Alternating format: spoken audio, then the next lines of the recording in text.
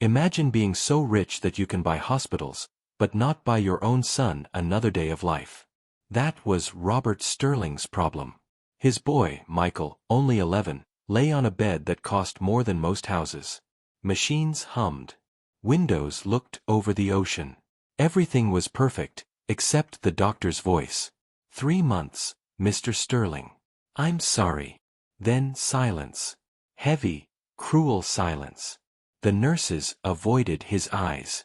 The board members who had come to show support whispered in the hallway, already talking about the foundation dinner. No one wanted to stay near grief. Not in a billionaire's world. But someone stayed. It wasn't the private doctor flown in from Switzerland. It wasn't the expensive therapist who talked about acceptance. It was the new maid, the quiet girl from the servant wing, Sophia. She was the one who stepped forward when everyone else stepped back. She didn't look rich. She didn't sound powerful. Her shoes were worn. Her hands were rough. And because of that, the other staff sometimes talked down to her. Don't touch that. Stay in your lane. This is a VIP room, not for you. But she looked at the boy. And the boy looked back. Hey, champ, she whispered, forcing a smile. You look bored. Michael's eyes lit up for the first time that day. Robert noticed. He hated that he noticed. Why is my son smiling at a maid? He didn't know then that this same maid, the one his sister Emma called replaceable, the one the butler John mocked, the one even the head housekeeper Evelyn said was too emotional for this job, would be the person to do something no billionaire, no doctor, no board member could do. She would give Michael a chance. And she would make his father cry. The Sterling estate on the hill was the kind of place people slowed down to stare at. Glass, marble, guards, cameras, fountains. Inside it, everything was polished, except the people. Money had made them shiny on the outside and hard on the inside. Robert Sterling ruled it like a company. His sister, Emma, managed the house staff like a CEO. If a napkin was folded wrong, someone heard about it. If a maid forgot to lower her eyes, she was gone. Rich people hate to be reminded that they are human.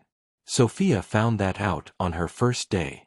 You will not talk to family unless spoken to, Emma said, heels clicking on the marble. You will not enter the boy's wing. He is ill. He needs peace. Your job is to clean, not to a mother. Yes, ma'am, Sophia said, eyes down. She had taken the job because she needed money. Her mother was sick in the province. Her little brother, Michael, yes, the same name, needed school fees. She had promised herself she would not cry, not beg, not let any rich person make her feel small. But the house made you feel small without trying. Other staff made it worse. John, the head of security, said, "New girl, don't get ideas. People like us don't get noticed here." Evelyn, the older housekeeper, sighed, "Just keep your head low, Sophia. Billionaires change staff like flowers." Sophia nodded. Then she heard it. A cough. A weak laugh. A boy's voice. She wasn't supposed to be near the private wing, but the door was open. She peeked. There he was, Michael Sterling. Thin. Pale. Tubes near his bed. Toys stacked but untouched. A screen playing cartoons with no sound. He saw her. "Hi," he mouthed. Sophia smiled back before she could stop herself. "Who are you?" he whispered. "A maid," she whispered back. "But don't tell your aunt I said hi." He giggled. It was soft. Fragile. Like something that could disappear. At that exact moment, Emma's voice sliced through the hallway. "Sophia! What are you doing there?" Caught. Sophia straightened. You were just breaking rules." Emma glanced at Michael. "He doesn't need attachments." But Michael looked at Sophia like a drowning boy looks at the shore. And Sophia thought, he needs something more than money. That night, while the whole house slept, she sat on her narrow bed in the servant wing and whispered, "Okay, God. If you really sent me here, show me what to do." because 3 months was not enough. Not for a child. Not for a father who didn't even know how to say, "I'm scared." She decided right then, she was going to make those 3 months feel like 3 years. Even if the rich people didn't like it. She just didn't know yet, that to save the boy's smile, she would have to fight the very house she worked in. The next morning, Sophia broke rule number 1. She went back. Michael was awake, staring at the ceiling like the ceiling had answers. The machines beside him beeped in a slow, sleepy rhythm. Outside, the sea was blue, but the boy looked trapped behind glass. "Hey, champ," she whispered. His eyes lit up again. "You came back." "Of course. I work here." "No," Michael said with a tiny frown. "People who work here don't come back. They just clean and go." That cut her. "How about I come back, to talk?" He nodded so fast the tube on his hand shook. Sophia checked the hallway. Empty. She pulled out a small paper bag. "I brought something." She opened it slowly, like a magician. Homemade bread. From the kitchen. Still warm. Michael's eyes widened. "I'm not allowed." "Today, you are." He took one bite and closed his eyes. "It tastes like someone's house." Sophia smiled. "It tastes like normal." For the next week, she kept doing it. Tiny rebellions. Small miracles. She smuggled him real food, soft rice, soup, warm bread. She told him stories of her little brother who played football in the rain. She opened the curtains wide so he could feel sunlight on his face. She played silly music on her phone and did bad dance moves until he laughed so hard he coughed. "Careful," she'd say, holding him. "Breathe. I got you." In those moments, the boy forgot he was dying. But the house didn't forget the rules.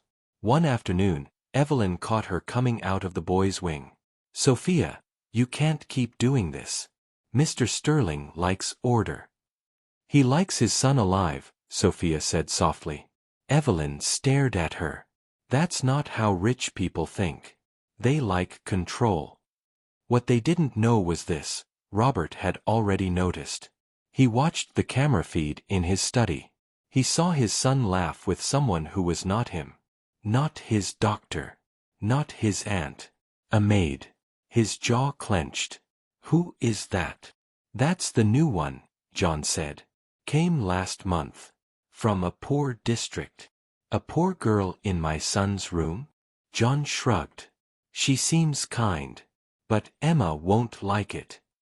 "Good," Robert said. "Let Emma handle it."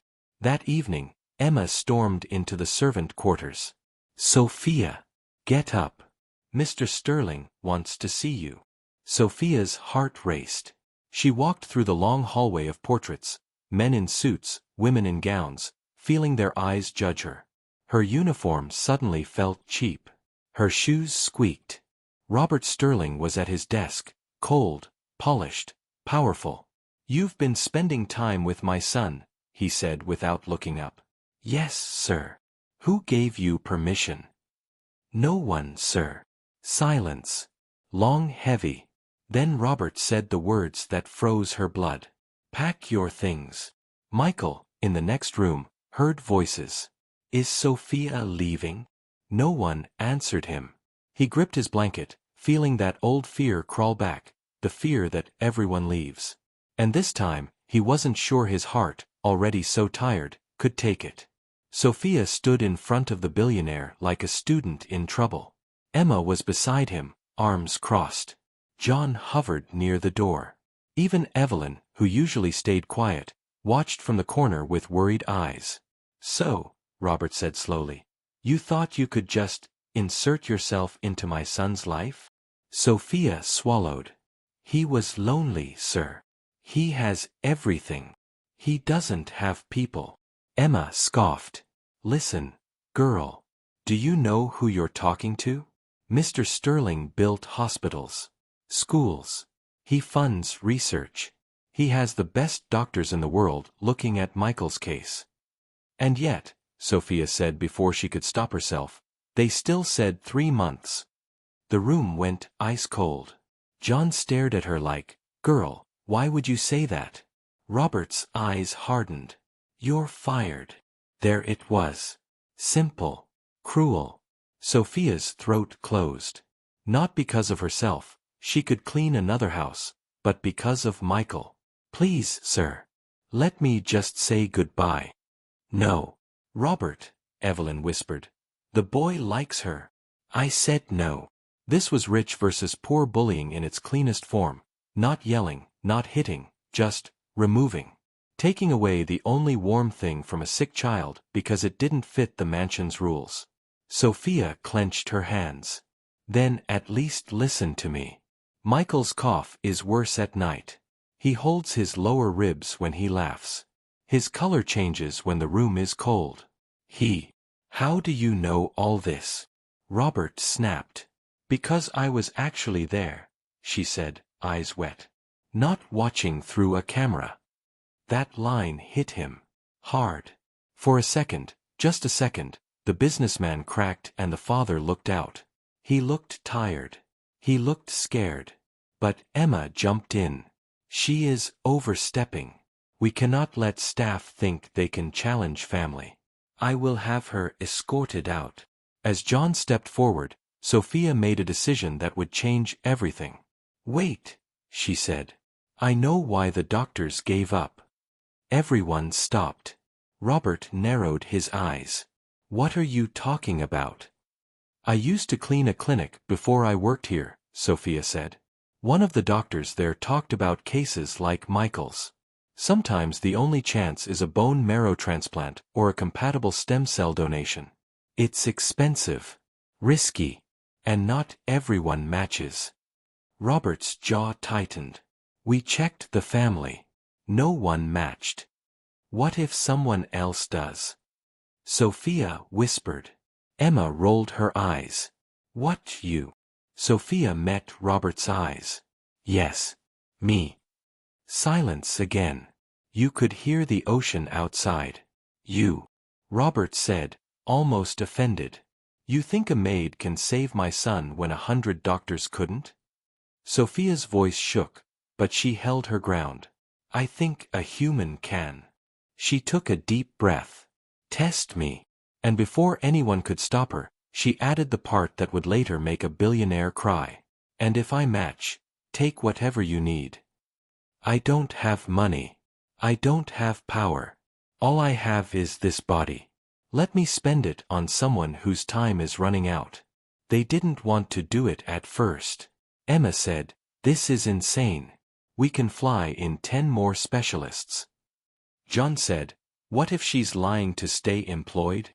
Even the private doctor, Dr. Jonathan Miles, another John, warned, donor procedures carry risks. Especially for someone underweight. But Robert kept replaying Sophia's words in his head. "I was actually there." So he ordered the tests. Blood. Tissue. Compatibility. Sophia sat in a cold hospital room in a thin gown, hands shaking, praying under her breath. She remembered her mother. Her own little brother. She remembered Michael's face when he tasted warm bread. "Please, God. Let me match." Hours later, Dr. Miles walked into Robert's office, eyes wide. "She's a partial match. Stronger than the extended family." Robert stared. The billionaire, the man who bought islands, looked small. "You're sure?" "Yes." He looked through the glass at Sophia, sitting alone, feet not even touching the floor. A poor girl in a rich hospital, about to do what money couldn't. His throat tightened. That evening, he went to see her. She stood up fast. "Sir." "Why?" he asked. No anger now. Just confusion. "Why would you do this for my son? After we shouted at you. After we tried to throw you out." Sophia smiled sadly. "Because I know what it's like when hospitals say, 'We can't do more.' My mother heard it. We were poor, so they stopped trying. I watched her fade. I swore, if I ever had a chance to stop another child from fading, I would. Rich or poor." Robert blinked fast. Besides, Sophia added, your son doesn't care that I'm a maid. He just cares that I show up. Surgery day came. Michael was prepped. Sophia was prepped. Robert paced the floor like a caged animal. Emma sat stiff, silent. Evelyn prayed quietly. John pretended to check security cameras but kept glancing at the surgery room doors. 2 people went in. Time slowed. Machines beeped behind walls. There were long, awful, necessary silences. Robert stared at the red, in operation light and felt something he hadn't felt in years, helpless. If she dies, it will be because of me. If my son dies, it will be because I was proud. He covered his face. For the first time, the billionaire cried where no one could see him. Hours later, the doctor finally came out, mask down, eyes tired. Well? Robert asked, voice cracking. The procedure went well, Dr. Miles said. Your son has a real chance now. Relief hit the room like warm rain. And the girl? Robert asked quickly. The doctor smiled. She's stable. She's a fighter. Robert closed his eyes. A maid. A poor maid saved his son. Now the question was, what would he do with that? Because when someone from the lowest place in your house bleeds for the one person you love most, you can't go back to treating people like furniture. Or can you? Michael woke up 2 days later. His voice was raspy. His chest hurt. But his eyes were bright, brighter than they'd been in months. Dad, he whispered. Robert was at his side instantly. I'm here. I'm here, son. Does it mean I can stay longer? Robert's eyes filled. Yes, he said, choking. Yes, buddy. You can stay. Michael smiled, slow and sleepy. Where's Sophia? Robert swallowed hard. She's resting. She gave you something very important. What? Time. When Sophia woke up in her own room, she expected nothing. Maybe a glass of water. Maybe Evelyn. Maybe even Emma with another warning. She did not expect to see Robert Sterling sitting beside her bed. He stood up quickly. How are you feeling? Tired, she whispered. But good tired. He nodded, then did something no one in the house had ever seen him do to staff. He bowed his head. Thank you, he said, voice breaking. You saved my boy. Sophia's eyes widened. Billionaires don't say thank you to maids. Not like that. Not with tears. I didn't do it alone, she said. God helped. The doctors helped. You did what I couldn't, Robert said. I threw money. You gave yourself. He sat back down, wiped his face, then called someone. Emma. Bring the papers. Emma entered, looking humbled. Not cruel. Not this time. Sophia, Robert said. I don't want you working as a maid anymore. Her heart dropped. You're still firing me? He shook his head. No. I'm promoting you. Promoting me? You said something I can't forget, Robert said. He doesn't have people. You were right. My son doesn't need more things. He needs people. So from today, you're not staff. You're Michael's personal caregiver. Full benefits. Your mother's treatment, I will handle it. Your brother's school, I will pay it. You saved my family. Let me help yours. Sophia covered her mouth, tears spilling. Sir, I can't accept. You can. And you will. From the hallway, the other staff watched. John whistled low. Evelyn cried. Even Emma looked away, ashamed of how she'd treated the poor girl. Rich versus poor? That gap closed a little that day. Later, when Michael was strong enough, he asked, Dad, why are you nicer now? Robert smiled, eyes on Sophia laughing with his son.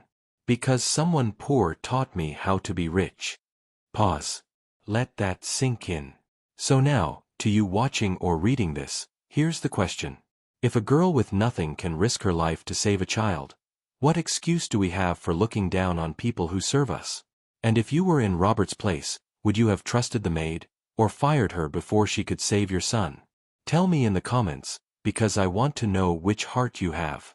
Maybe your answer will help someone else who's standing in a doorway right now, deciding whether to judge or to listen.